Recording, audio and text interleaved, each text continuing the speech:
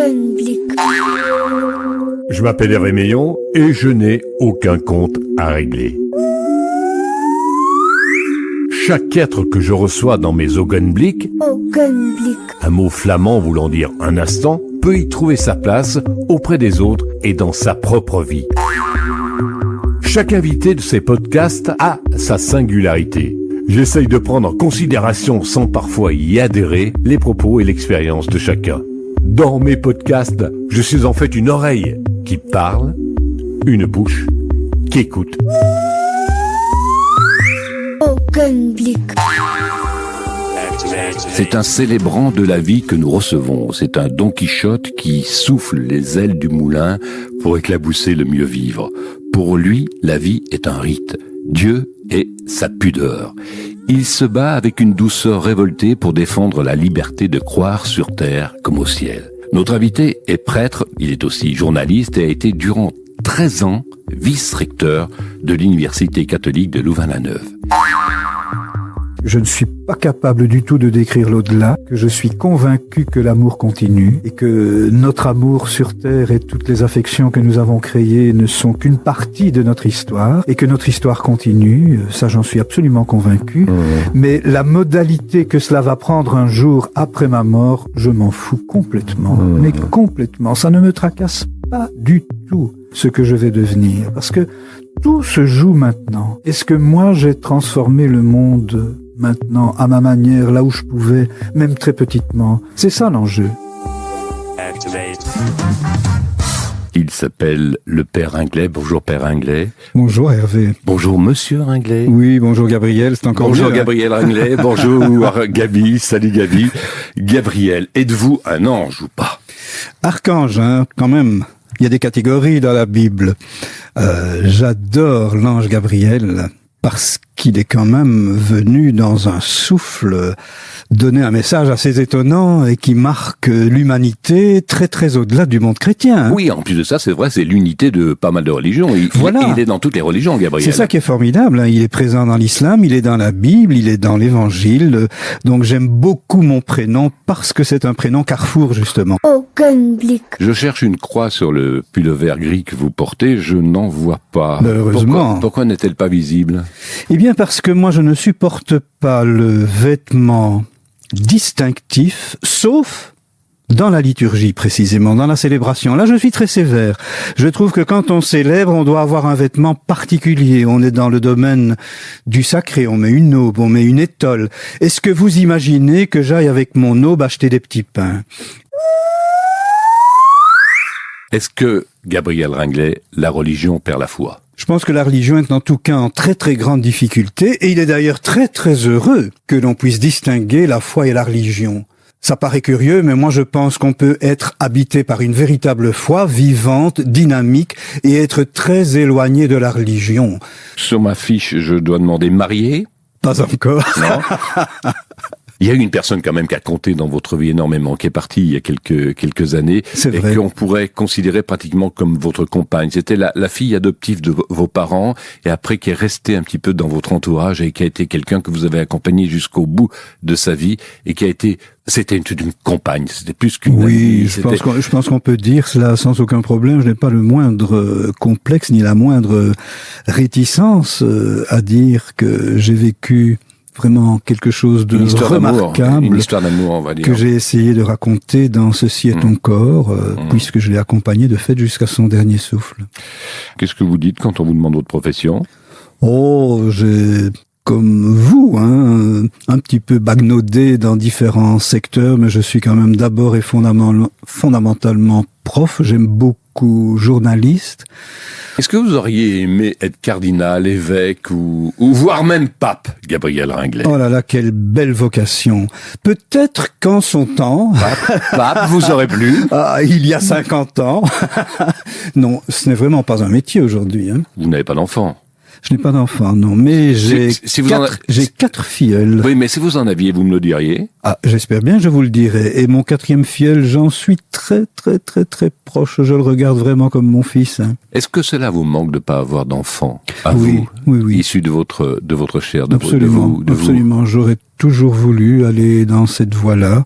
Et je continue, et je le dis avec beaucoup de recul, après autant d'années de sacerdoce, je continue à trouver inqualifiable que l'Église exige que l'on soit célibataire pour entrer dans cette belle vocation. Il n'y a aucune raison de mettre l'exigence du célibat, le refus d'une vie de couple lorsqu'il s'agit d'être prêtre. Augenblick. Vous êtes né où cela? À Père-Clavier, dans le Condro liégeois. Mon papa avait 60 ans bien sonné quand je suis né. Vous êtes un accident ou est-ce que vous êtes le fruit de l'amour? Mais je suis le fruit plus que le fruit de l'amour, je crois. Mon papa a épousé ma maman en seconde noces. Je dis souvent de vous, Gabriel Ringlet, que vous êtes un rebelle calme. Est-ce que ça serait une belle définition? Oui, j'aime assez. Hein. Je pense qu'il y a un calme en moi. Je suis tout sauf un excité, si j'ose dire. Mais ça ne veut pas dire qu'il n'y a pas là une parole qui se veut, je pense, très ferme.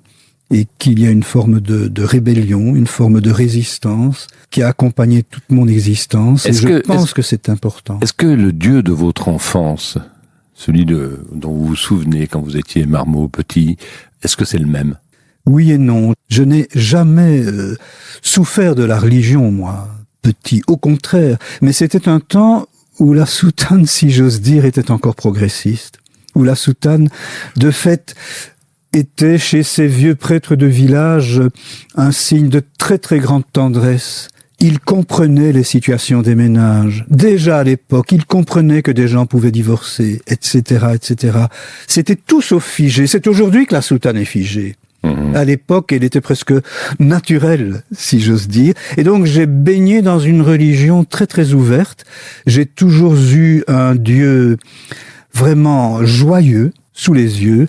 Alors, ça a beaucoup évolué, bien sûr, tout au long de mon existence, mais ce Dieu de l'enfance, c'est toujours celui qui reste. Et merci à mes parents de me l'avoir présenté. Augenblick. Vous avez la légitimité d'en parler parce que vous avez accompagné des prêtres pédophiles, vous aussi, dans votre carrière.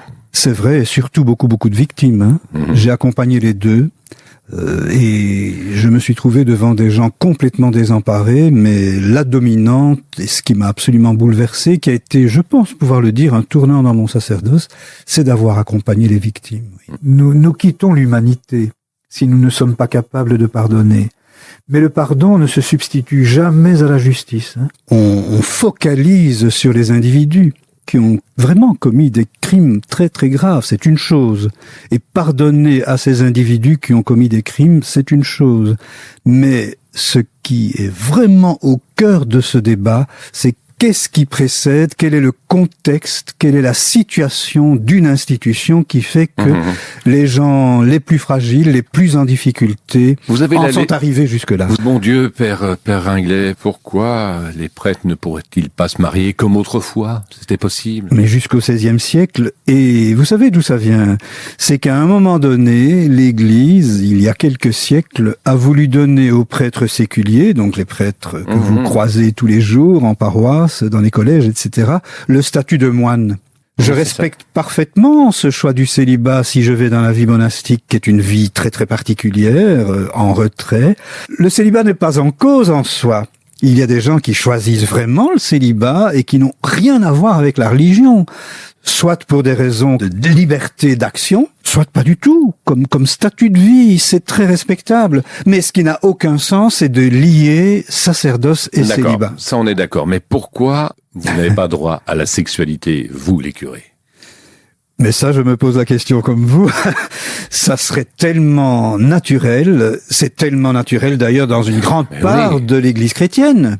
Regardez les anglicans, regardez les protestants, regardez les orthodoxes, regardez les chrétiens orientaux. L'Église catholique occidentale est tout à fait une exception, et c'est une exception qui ne tient pas la route théologiquement. Il suffit d'un rien pour que ça bascule. Est-ce qu'on peut séparer Jésus de Dieu? En tout cas, Jésus ne peut pas se séparer de ce qu'il dit de Dieu non-stop, et le Dieu auquel moi j'adhère, que je peux suivre et que je peux croire, ça ne peut être que le Dieu de Jésus-Christ. Dieu, Allah, ce sont les mêmes? Je suis absolument convaincu que oui, et que peu importe les noms, ce sont vraiment des détails, ça. Ce sont absolument des détails. Dieu n'est pas une idole. Non, ça, je pense que nous en faisons tout le temps une idole. Ça, c'est le drame. C'est ça l'erreur, peut-être. C'est ça, ah oui, absolument. C'est terriblement dangereux. Vous savez, plus nous sommes habités par une parole forte, or plus on est croyant, plus on devrait parler de Dieu de manière sobre, de manière fragile, sans jamais rien imposer. C'est là le paradoxe. Or, le grand danger de la religion, c'est qu'elle croit devoir cogner pour affirmer sa foi. Oui. Augenblick. Vous qui n'aimez pas le pouvoir, on dit Dieu est tout-puissant. Ça doit vous faire mal, cette phrase, non? Non seulement ça me fait mal, mais je la barre carrément de la liturgie. On ne peut plus utiliser cette expression. Ou alors on fait des entourloupes et on contourne la phrase et on dit qu'il est tout puissant d'amour, d'accord. Mais c'est un peu jouer sur les mots. Non, il faut qu'on trouve absolument d'autres expressions. Nous sommes avec Gabriel Ringlet aujourd'hui, qui est un contestataire calme, on va dire, et qui n'est pas toujours d'accord avec l'Église qu'il défend tout de même. Je comprends pas, d'ailleurs, pourquoi on n'a jamais mis les bouts. Pourquoi vous n'êtes jamais cassé de cette église?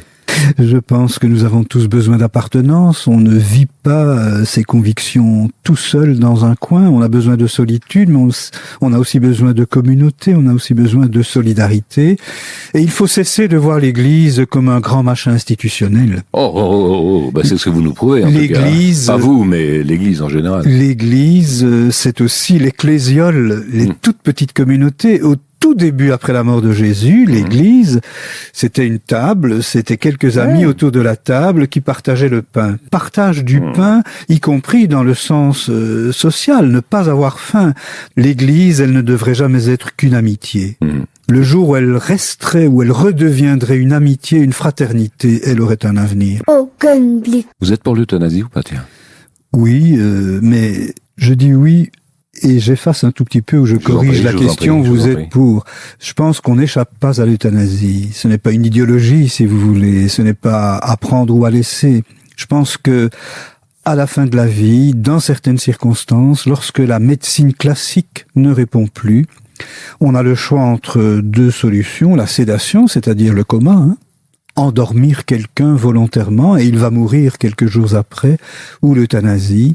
Et moi, je ne cesse de répéter que je ne vois pas de différence éthique entre les deux. Dans les deux cas, on décide de faire mourir quelqu'un. Et donc, c'est une de mes grands débats dans l'Église aujourd'hui, et j'en parle très ouvertement avec les évêques, qui, eux, sont d'accord avec la sédation, c'est-à-dire la mise sous coma, mais pas avec l'euthanasie. Or, éthiquement, c'est tellement proche. Et ce que je voudrais dire aussi, puisque ça m'arrive très souvent, c'est que dans l'accompagnement de cette fin de vie, quelle que soit la modalité choisie, on peut vivre des choses exceptionnelles. J'ai vécu des grands, on ne va peut-être pas me croire, mais des grands moments de joie, au moment où quelqu'un s'en allait, apaisé, lorsqu'on avait pu préparer cela. Qu'est-ce que vous ne referiez pas dans votre vie?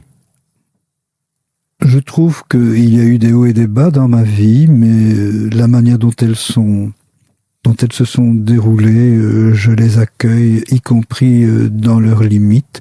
Donc je n'ai pas envie de dire « Ah ça, je ne le referai jamais », non. Père Ringlet, merci, mon cher Gabi, merci. Merci Hervé. Gabi. À très vite, Père Ringlet. Augenblick.